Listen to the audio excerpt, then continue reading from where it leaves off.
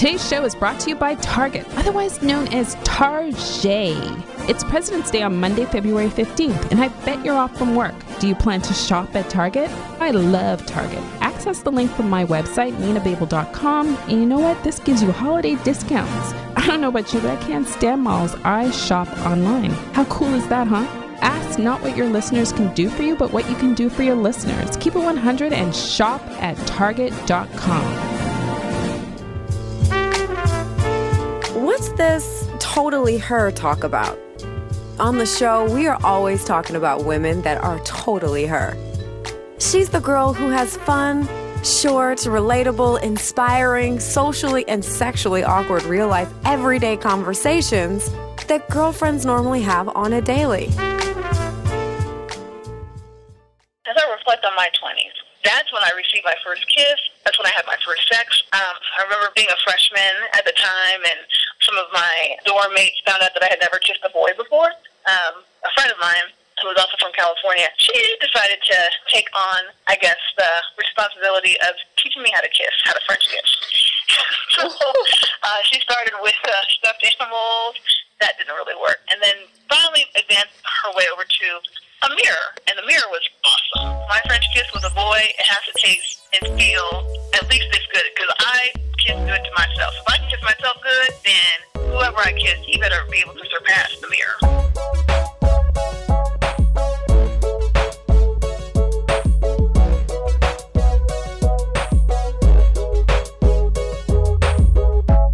Sup, Girlie Nation? Welcome back to another episode of the Keep It 100 Girl Show, coming to you live from Washington, D.C. I'm your hostess with the Keep It 100 Girl mostest. It's Nina Babel. As always, you know how I do. I keep it Benjamins, baby. That's right. I keep it 100. I keep it real and true using a sassy but classy TMI approach. My hand is raised. How about yours?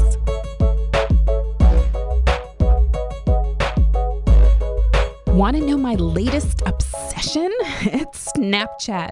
If you want to get to know me on a personal and business level, be part of my Snap Nation. You could also connect with me on Twitter, Instagram, using the handle @NinaBabel. And if you're old school like my Caribbean mother, then head over to my website at ninababel.com. I'll be honest, my 20s is a blur for a number of reasons. One, it's just a long time ago. And two, it's a fog of good memories of living it up, dating, and most of the time just living on the edge. Because you know what? I said so. I say all that to highlight what the hell was I doing and what was I thinking in my 20s. I mean, those are all just common questions we ask ourselves as we get older. Your 20s is the defining decade of your adulthood. I mean, it sets the stage because you're winging it. It's the curtain call to life on all counts. Oh, and you think you know everything, but you know what? Your 20s is about trial and error until you get it right. Or not. I wish at 25. I mean, I look back at pictures and think, I thought I was so heavy then. Like, I thought I was so, and I was like, look at me. I'm so, I looked good, but you can't, why can't we see that about ourselves in the moment? Right. At the time, we're almost taught that it's not okay to feel that way. Mm-hmm. Like that's vain or that's whatever. Right. You know what I hate most? When my friends can't accept a compliment. Oh. Like they're so self-deprecating about themselves. And I don't know if it comes from a place of really feeling insecure or something that's happened in their life. But when you say, this is beautiful or that's beautiful or you look great or I love that sweater on you. And the first thing is, oh, but. Right. Or, well, it's just. Yeah. Like, no. Accept Be it. like, just say thank you. Yeah. Just say thank you. Right. Take it in. Yeah. Like, when people are like, oh my God, you look amazing. I'm like, I've been working really hard. I own this. Thank you. Yes. You know what I mean? So, but it's okay to say that. That doesn't make me self-absorbed to say thank you. Yeah. I've been working really hard on this. Right. Or, like, when you put on this yellow great. jacket. Yeah. Yeah. I look good. Yeah. Damn it. And so you don't have to deflect it. Every time someone says something nice, you don't have to feel like you have to turn that back or you have to say a negative to balance it out. You can just take it in and let it make you feel good. Yeah. What's wrong with that? Right. And then it makes you want to go out there and say it to other people. Think of it this way. It's a test you've been studying from 0 to 19 years old. And I mean that literally, because all the love, your family upbringing, school, personality, social life baggage, or lack of it, it starts to make an appearance and show up. This is where you take all the lessons learned and you execute on your own, your newfound freedom, right? Your first apartment, your first home, college, graduation. You discover your personality and really know what makes yourself tick. My embarrassing story? Well, it's winging it 101. All those cryptic sound bites you heard in my previous episodes that I told you about, remember? My mom? Well, she left that breadcrumb trail of I told you so's leading up to now. So I got pregnant.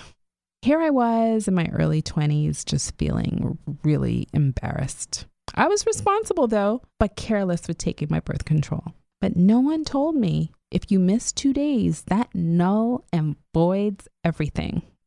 Well, I lie. I just remembered. My BFF did tell me, but you know what? I forgot. You know, in the heat of the moment, you forget, or right before the heat of the moment. I heard her voice and I realized what the hell had happened.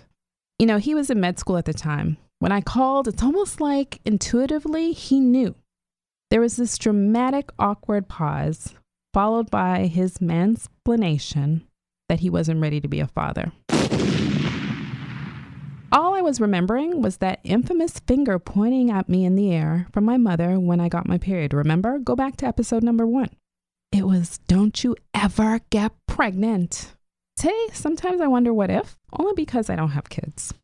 But I got many truth bombs for you today from Girlie Nation, and I'd either come close or trump mine, like this story from Nicole. Okay, so as far as I reflect on my 20s, one thing that's, I guess, an interesting thing about me is growing up in a traditional Caribbean household. It was very strict. I was very sheltered growing up, and I grew up in a majority white environment from kindergarten all the way up through high school.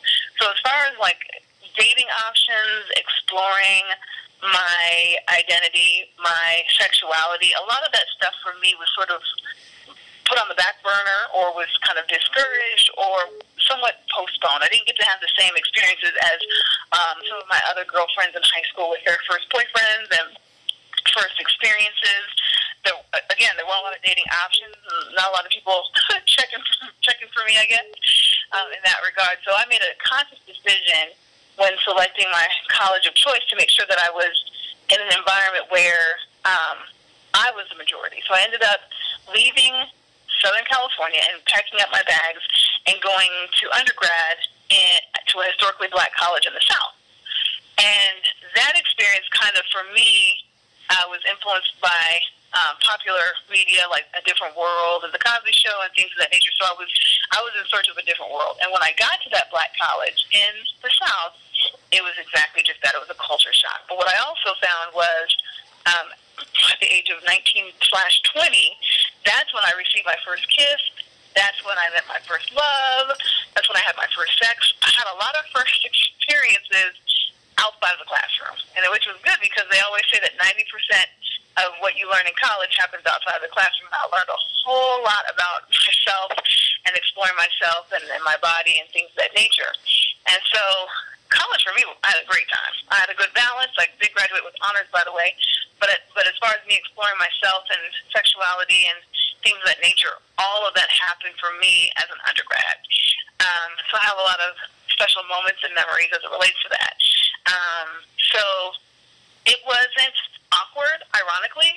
I remember being a freshman at the time, and some of my dorm mates found out that I had never kissed a boy before. So one embarrassing moment was a friend of mine who was also from California. She decided to take on, I guess, the responsibility of teaching me how to kiss, how to French kiss. So she started with stuffed animals. That didn't really work. And then finally advanced her way over to a mirror. And the mirror was awesome. Like, I could, visualize it. I could feel myself. I could kiss myself. It was just like, okay, my French kiss with a boy, it has to taste and feel at least this good. Because I kiss good to myself. If I can kiss myself good, then whoever I kiss, he better be able to surpass the mirror. That's what I was like going for. So it helped me exercise my tongue, helped me relax my lips, get my formation together, all of that. She taught me breathing techniques. Wow. Crazy. Yeah, so I was just like, this is awesome. So when I had that first kiss experience, it wasn't awkward, and it didn't come across, at least to that person, that it was my first time kissing. That never came up. They didn't look at me like, have you done this before? So it was very natural and comfortable because I learned to get comfortable with myself. I learned to get comfortable with my body. So that was the first kiss type of experience.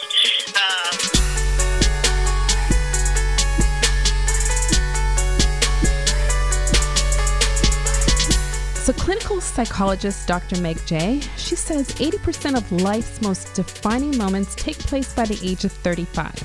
Ladies, that means 8 out of the 10 decisions, experiences, and aha moments that make your life will have happened by your mid-30s. Aha moments. We definitely got those.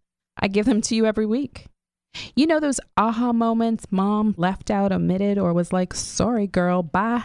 Today we're going to talk about love, sex, dating, body, and health. And all the women I spoke to, they range in age from their 20s to 50s. So I'm going to give you the full spectrum. I'm embracing this episode like a bad habit. You can't get enough. Like I said earlier, my 20s was about having a good time. Too much of a good time. You don't know who you are or what you're made of. You know what you're capable of, which doesn't always translate to something positive. Well, sometimes. You know, you got that chip on your shoulder, you got major chick swagger, that badass boss chick walk, or you know what? You're just that elephant in the room that doesn't get phased. The key is know how to use it constructively. Everything will click.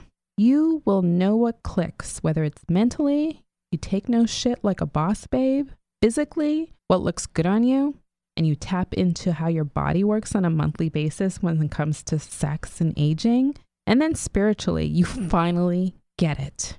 You understand the meaning of quieting your mind, letting go of that negative energy that you tolerated long enough. So one of the things women have difficulty clicking with is spirituality. And I'm not talking religion here. Everybody connects to the universe differently. The medium down the street looks at her crystals. It might be a morning Joe. And you know what? The rest of us, we just appreciate the small things in life, like Sarah. This is how she clicks spiritually. My biggest advice I would give to a girl in her 20s is that there are more than you can imagine natural ways to heal your body, and it's not connected to taking a pill or a vitamin, but that you can learn exercise techniques, you can learn energy techniques to move your energy around your body, and a lot of it starts in your mind. And you would think that it has more to do with being physical, but really healing your body starts in your mind. And I wish somebody would have sat me down and said, this is a mindset game more than anything else. Right. If I had known that, I really would have been grateful and dig deeper into getting more information about it.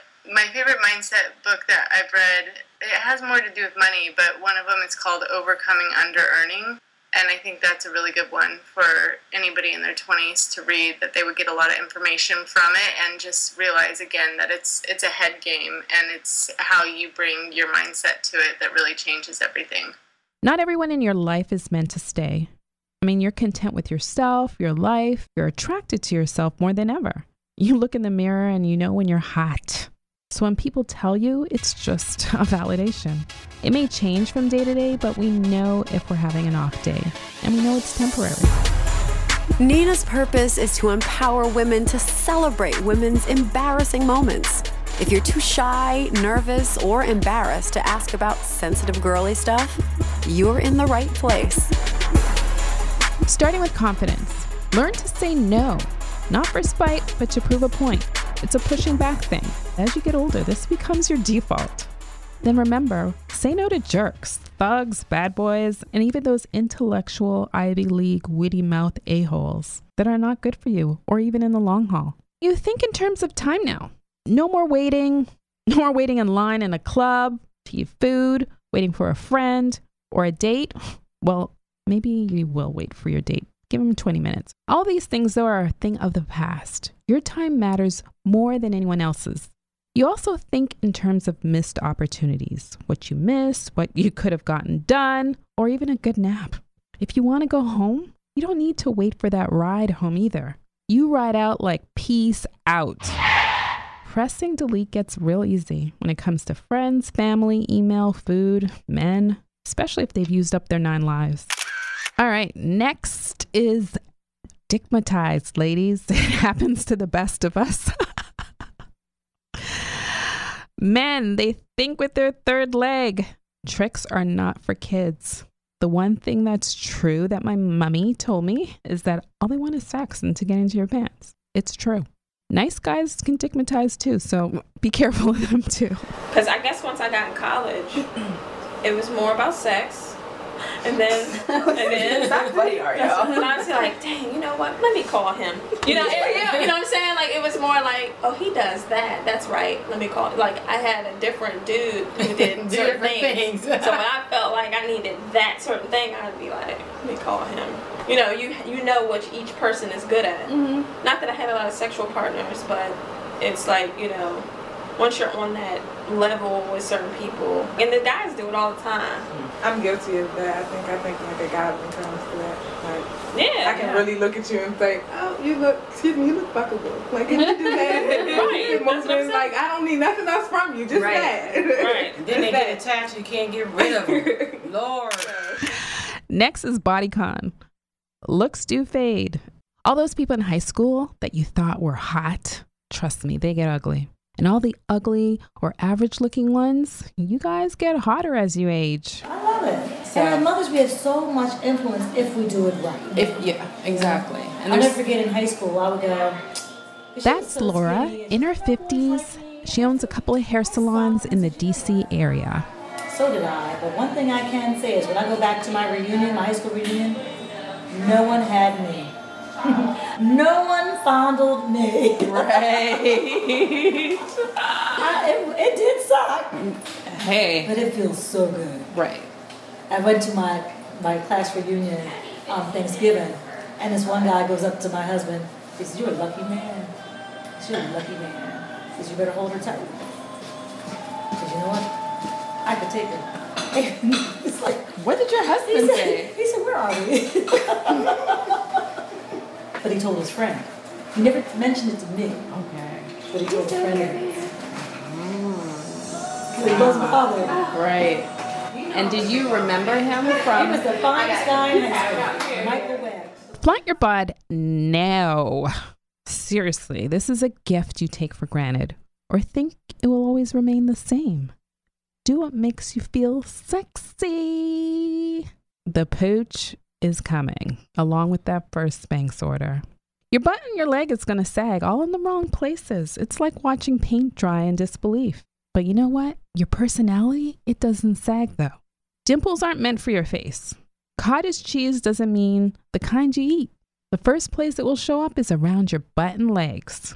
In our early 20s, a lot of women are out drinking or eating the cheap, empty calorie foods that we could only afford, whether it's in college or right out of college. We have all these crap sleep schedules. And you know what? We don't work out because we don't have to. But later in our 20s and up, we could afford the better diet, the better hair products, makeup, nicer clothes, and do that yoga thing so we could sleep better. We're more concerned about physical fitness and having a clear understanding of who we are. And we're more confident. Because depression is a very real thing. And that's another thing I could tell folks in their 20s and other ages. There's no need to be ashamed if something is mentally off or imbalanced and you need help. Reach out for help. Whether it's therapy, talking to family, friends. If you had to see that maybe you have a health issue or whatever have you, definitely do that. Like, don't make people act like you got to toughen up and be okay. You know, everything isn't about just toughening up. That's one of those things, yeah, man, like, certain pain you might be going through is not going to be healed by eating a lot or drinking a lot or being involved with people on a physical level a lot or whatever have you. A lot of stuff could have so many other things going on, but that's not going to be what makes you feel better for a long period of time.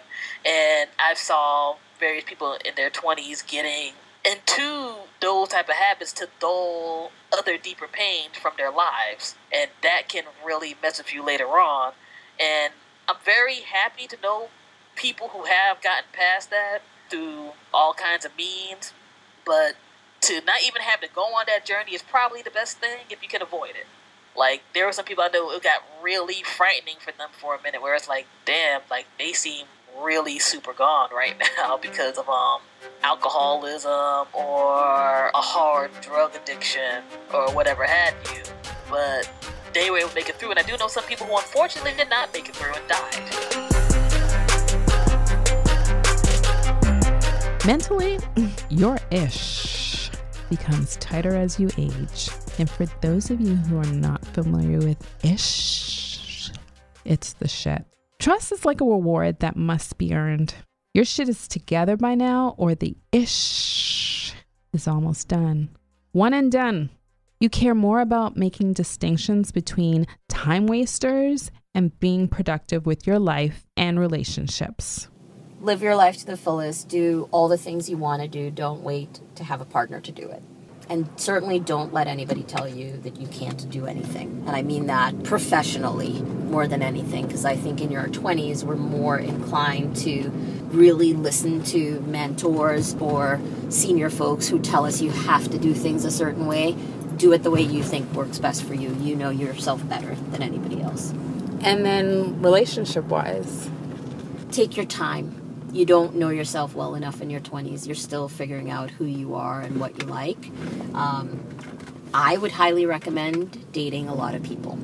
Now, that's not sleeping with a lot of people, but I mean getting to know and socializing with a lot of different people and deciding what you like. It's your choice.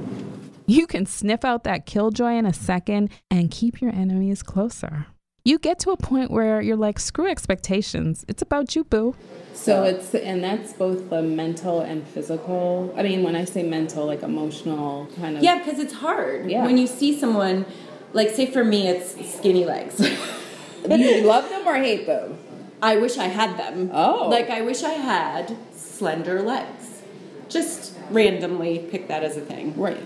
But it's just, you're built a certain way, and you can help it, you can enhance it, you can change it to a point, but you can't make it something completely different than what your it is. DNA says. Yeah.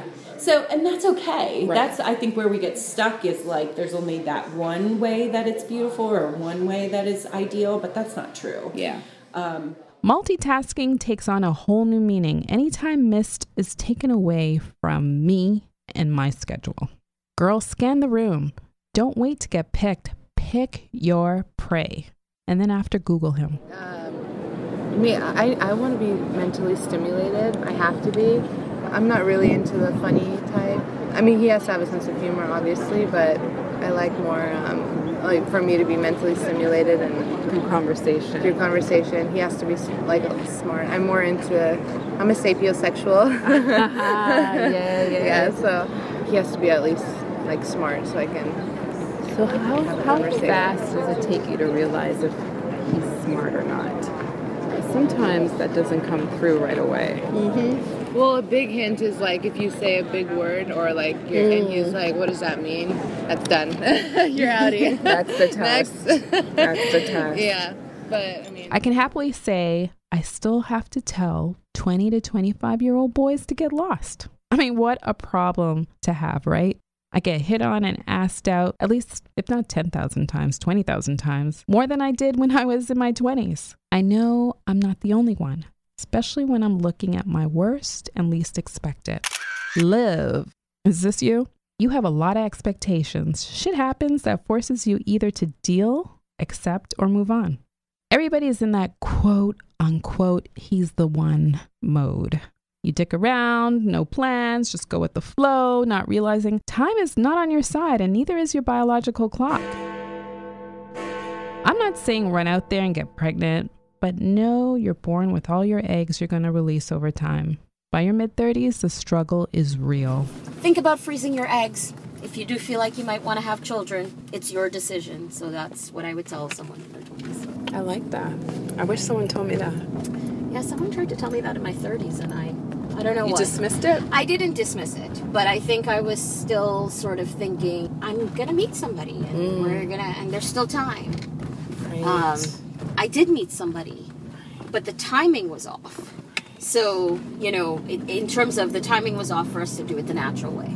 So because Scott and I met in our 30s. That whole biological clock thing, I didn't really take it seriously. Yeah. I felt like the self-inflicted pressure. Yeah. Right? Because it's like, oh, you're old at 35. Right. And I'm like, really? Yeah. Like, and you know, you have no eggs left. Yeah. Really? Because the amount of women I know who have done IVF. Yep. Just, that's normal practice. That's right. But I wish someone had told me something more about that, because I didn't fully understand. Yeah. I knew, but maybe this was one of those things where, I mean, I think I was torn between two things. Between feeling like, yeah, but I'm different, and then also my spiritual belief of, if it's meant to be for me, if God has that in my plan, it's going to happen. And so you start understanding, though, what's healthy versus what's not in a relationship. Anything that has to do with domestic violence, whether it's some kind of mental or physical abuse, are signs for you to get out now. Unfortunately, some women do, and some just do nothing about it. I would say the biggest thing is that just take the time for yourself to discover who you are, independently of the other people in your life. But what I found myself doing over and over again was just kind of just becoming whatever I needed to become for my parents, for my ex-boyfriend, for my ex-husband, for my kids. It was like needs assessment. All right, what needs to happen here? All right, how do I fill that role? How do I fill that gap? And it really wasn't until the last couple of years that I started actually thinking about, independently of all the rest of these people, what is it that I want to do? What is it that I feel passionately about? Not just what I can do, because I'm really blessed to be gifted in a lot of areas. So that was part of the problem. Like, it was this perfect storm. It's like, what do I feel passionately about? What do I feel like is my calling and my mission to the world? You know, I'm watching my 22-year-old sister going through that same thing. She just got out of a 3-year relationship with a doofus head. And I'm just like, the way he's treating you is not okay. This is abuse. And he got super mad at me because he's like, she said, Al hates you now. I said, why does Al hate me? Because you just tell me to pursue my dreams instead of listening to him. I'm like, yeah. And so if there's a man that comes along, or a friend or a boss or whatever that lines up with that, great, or that's supportive of that, great. You know, but the people in your life should be there supporting you and helping you on that journey, not hindering you on that journey. And if they're trying to force you to be what they want you to be, just get rid of that influence in your life, because it's so important to know who you are and to embrace yourself and to have self-love and self-compassion and, you know, be excited about who you are. And that's so hard. Like, we're told from the time we're a little girl, like, how we're supposed to look, how we're supposed to dress, how we're supposed to talk. And just being able to shed that and say, this is who I am. Don't give up being yourself. Set boundaries, even with the nice guys. Girl code. This is the sister code etiquette. Don't get booed up and forget your peeps. You can't recover from that quite easily, explaining to your bestie that you're back. My sister and I talk all the time about how my mom would drop everything for a man. And for us, it's like, no.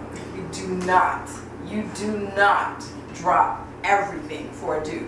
If you're girls, you're supposed to go out with your girls and do whatever. Dude is like... If a girl asks you to walk behind her, don't ask. Don't tell. Just walk slower and check to see if she has a red stain or something on her butt.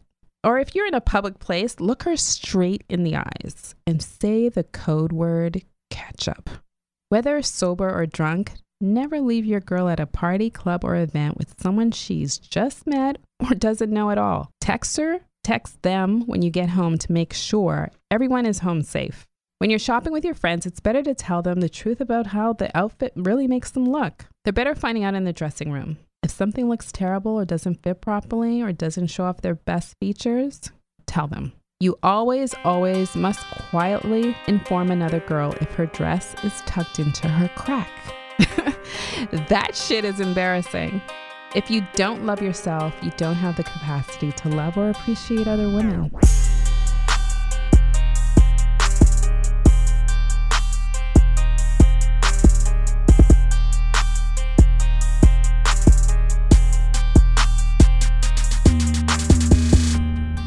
me to my story. I mean, this is a great example of sister code. So I got in the car and I felt a little gush from my badge. And you know, the Nina trick is, whenever that happens, I pull up my skirt, my dress, and I pull it up to my waist if I'm in the car to avoid any further damage. First, I was like, was my period supposed to start? And I was like, nah. It only lasted 2 seconds, so I thought it was just a one-time event. But it really did come. It was a scorching summer day. I had on this lemon citron dress. A complete stranger ambushes me in Costco. She says, don't hate me for telling you this. And I was like thinking, what is she gonna tell me? Did I win some money? But now I'm panicking inside. She says, I would want someone to tell me if this was me, but you have a blood stain on your dress. And I'm like, oh, where is it? And I begged her to walk behind me to my car. And I was just thinking in slow motion, oh my God, you know, how can I make it without people gazing at me, my dress? How big is this blood stain? Is it closer to my butt? Is it to the side? And then I'm thinking of my dress that I really, really like. And walking to my car felt like an eternity.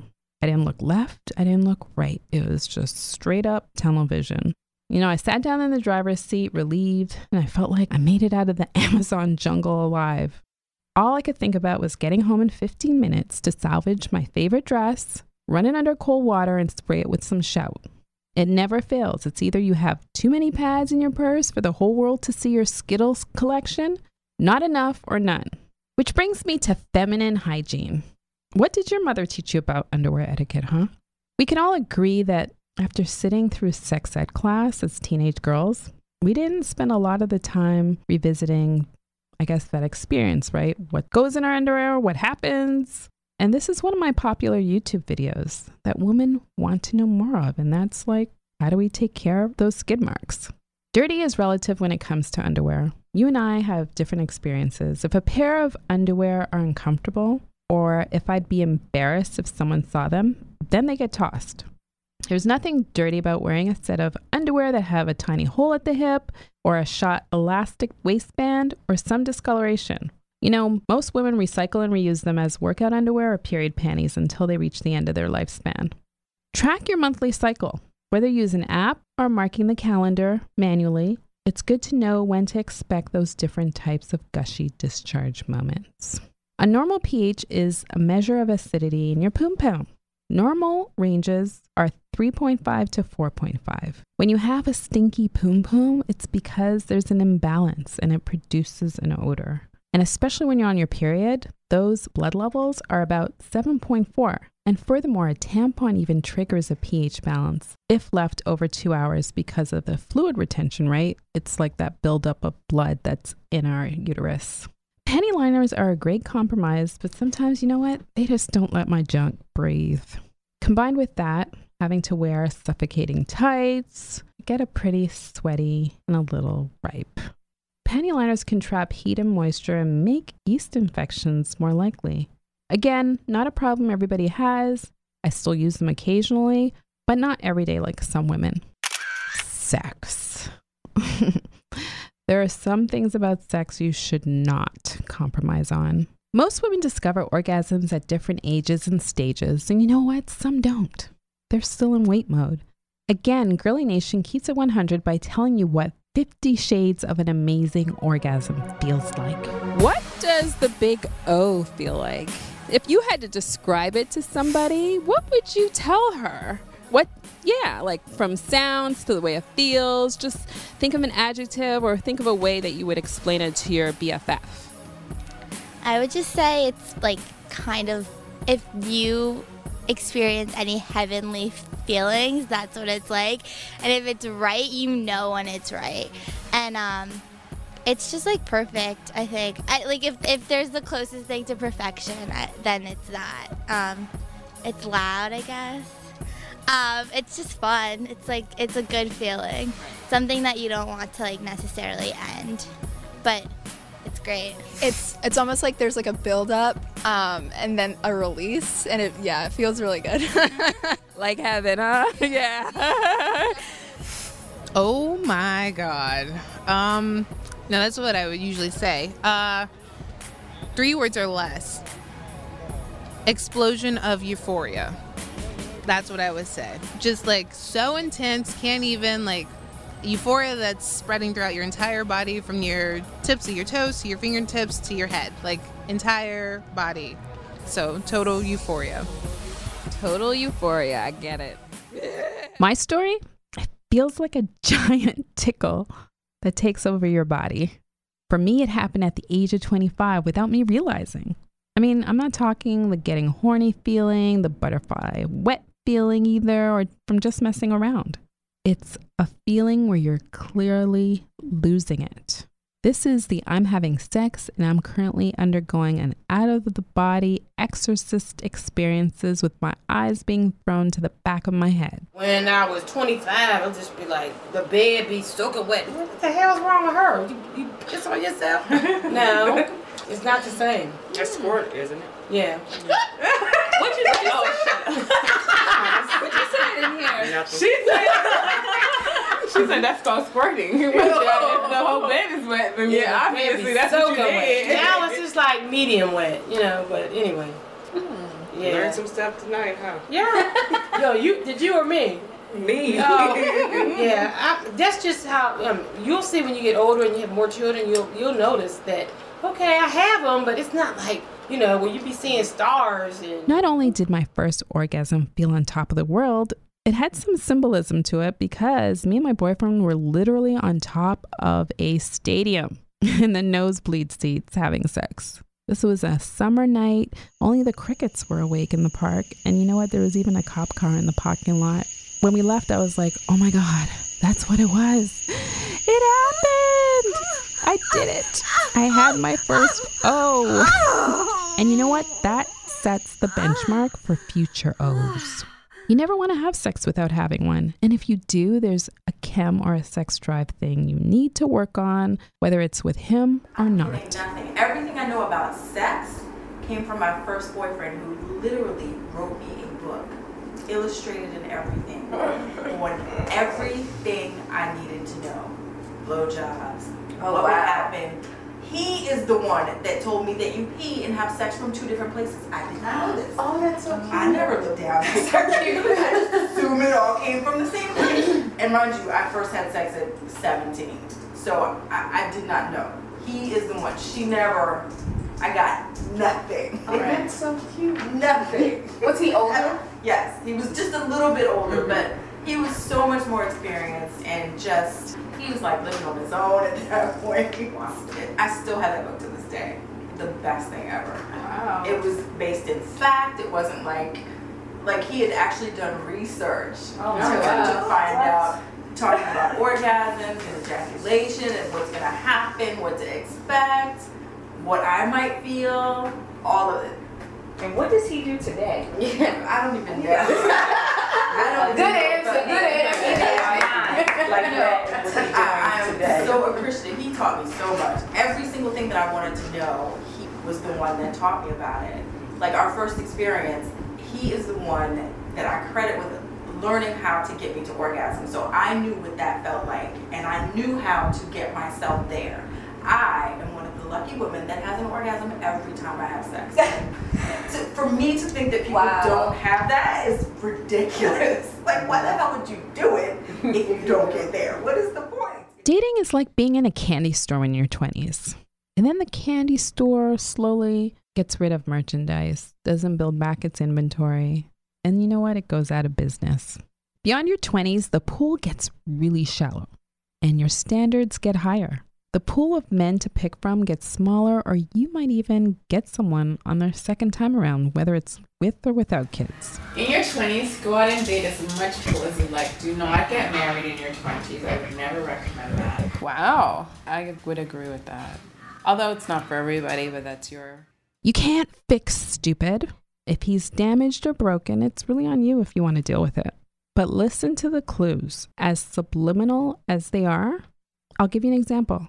If he tells you like he could sit on the couch and watch TV all day, you know what? His ass can. Make a mental note and see if you're okay with it. Some girls might be, but see how that manifests over time, especially, you know, when you have kids. What happens if you're sick? Is he still going to be on the couch? Ignoring nice guys will be your downfall. because you'll always want them when you're older. When a man meets you and he likes you, he will turn everything upside down to be with you. When that feeling goes, that's when you no longer know the person. Because then the other person comes up and you're like, who the fuck are you? Know that breakups aren't failures either. People outgrow each other, and you've realized you know what you want and you don't want to deny yourself any longer. Think of regrets as for the careless and irresponsible. I mean, who doesn't have a few? Don't beat yourself over it. Know that you're the shit. Right. Yeah, know that your shit doesn't stink. I mean, we're all winging it. Your sense of expectations evolve over time and happen sometime down the road. Abso-friggin-lutely drop a guy who says they don't go down. That's a red flag. Bye-bye, Felicia.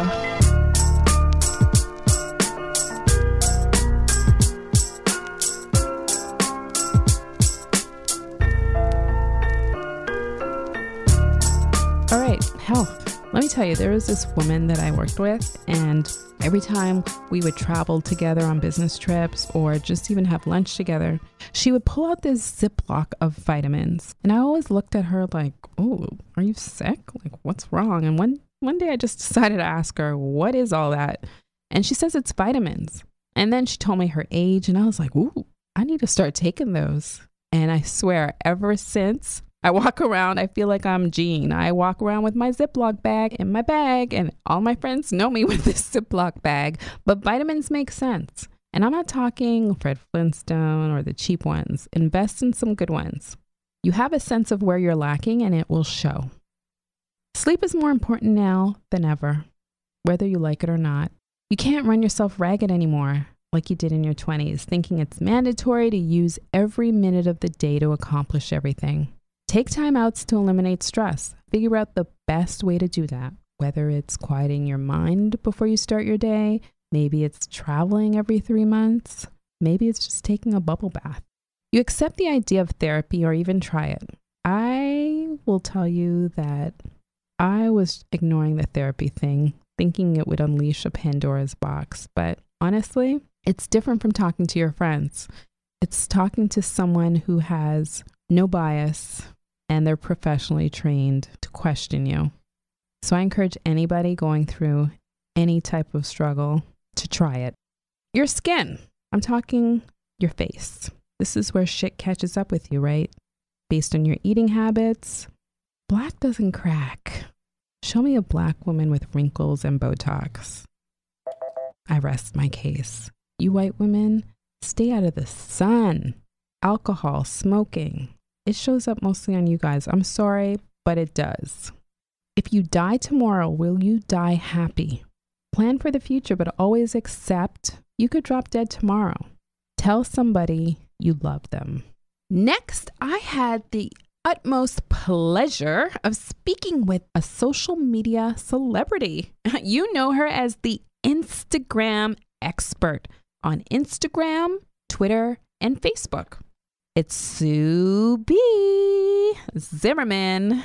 You can follow her at the Instagram expert, but in this next story, she talks about her vulnerabilities and she reveals how she turned a negative into a positive. Finally honoring my body and saying, okay, this is your one and only body. Take care of it, because if you want to be healthy, you've got to take care of it. So I have always been the person that exercises. You heard me say that I was a jock and an athlete, and exercising was never my problem. It was always, how can I improve what nutrients I'm putting in my bodies? Which ones should I take away? And, So despite your DNA, taking care of your body now will lead to a fulfilling life. Your body, as Sue put it, is a temple. Take care of it, and it will take care of you. Besides a healthy diet, invest in your body. Talk about the differences, whether it's metabolism, body changes between your 20s and now that you're in your mid-30s that you've noticed with yourself. Don't eat a whole lot of crap if you can avoid it. Mary is in her mid-30s and she's living right here in the DC area. She's not only the founder of the syndicated Fusebox radio broadcast, but girlfriend's known as DJ Fusion. And some wings together and sleep for 2 hours and then go to our first period class and work and then party and drink and do the same thing over and over again. I don't know about everybody else. I can't do that in my 30s. Not even because I would necessarily feel physically bad per se on certain levels, but because my body's like, yo, that entire team no sleep thing is some bullshit. You were able to do that back in the day. Right now, you need at least a good 4 to 5 hours of deep sleep, if not 8. That's maybe your weekend or whatever. And I say if you're already in terms of like a basic fitness thing now, this doesn't mean that you got to eat like kale every single day, but try to be as balanced as you can. Food and stuff that you eat, it does have an effect on you, even if it's just you waking up the next morning and feeling a bit sluggish. And some form of exercise is good. You might not have to be a gym rat, but even if you just do some decent walks, runs, whatever type of exercise makes you comfortable, it's not going to go on ahead and hurt you later on, because that metabolism slowdown thing is super duper real for a lot of folks. Luckily for me, it didn't affect me physically too much, but there's definitely little things that you notice where you're just there like, nah, I can't do this. Them long drinking binges back in the day, when you get older, you're probably just there like, so I need to have some food and some water before we get into drinking. And even then, it might be a certain amount of drinking. The syndicated Fusebox radio broadcast has grown with a reach over 25 international FM and radio stations, along with website outlets. You can't eat the same shit like you did in your teens and your 20s and expect to have a good bill of health. But you know, like, in your 20s, it's like you feel good, you look good. You haven't even gotten your body yet. You don't have your figure yet at 20. You know what sex feels like. You don't even know what you're doing. Right. You're just like pleasing him. Going through the motions. Start to just like get grounded. When the 30s come, then you're starting to get the bomb body. Your figure's starting to like, whoa, she looks good. Even as a woman like walking in the street in a suit and she's 30 to 40, and you're just like, wow, she is killing it. Right, crushing it. 20-something, stop. You take your body for granted in your 20s. That's true. You're eating butter pecan ice cream. Right. Every night.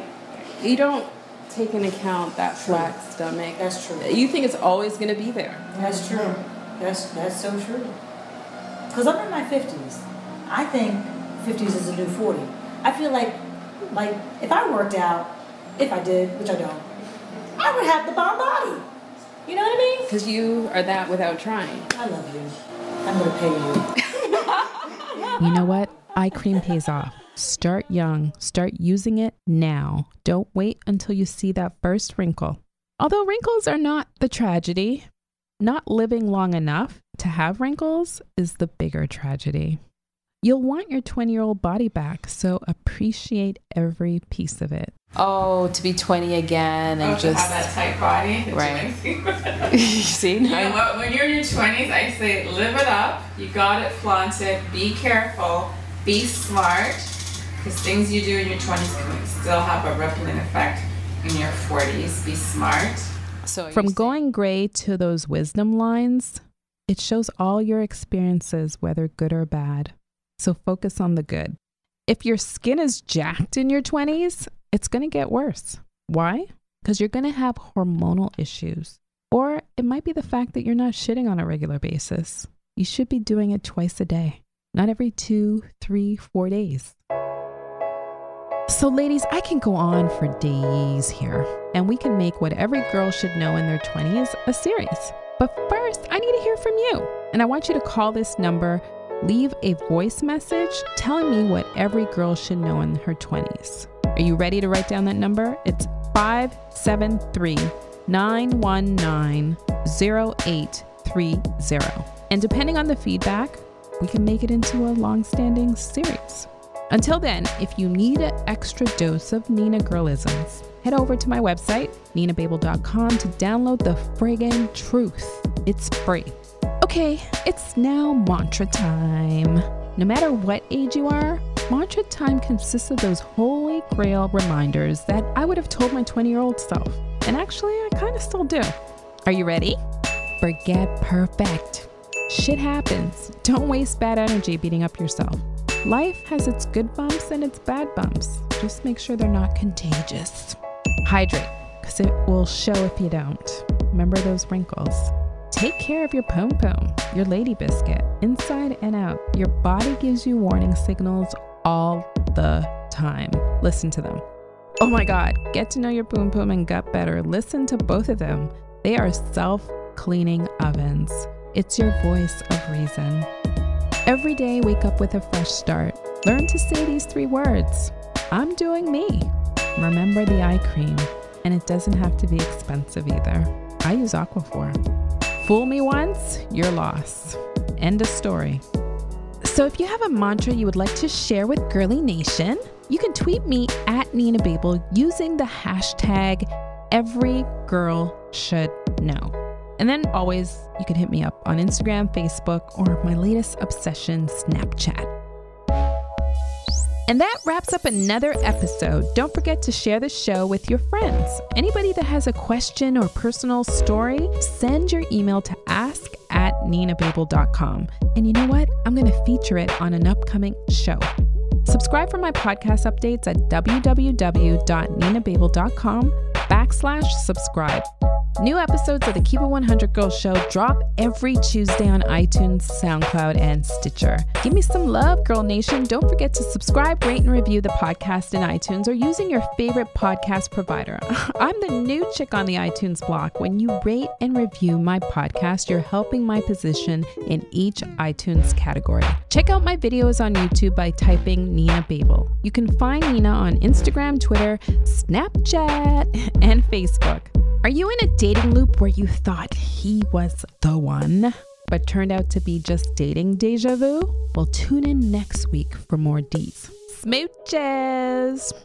Peace out.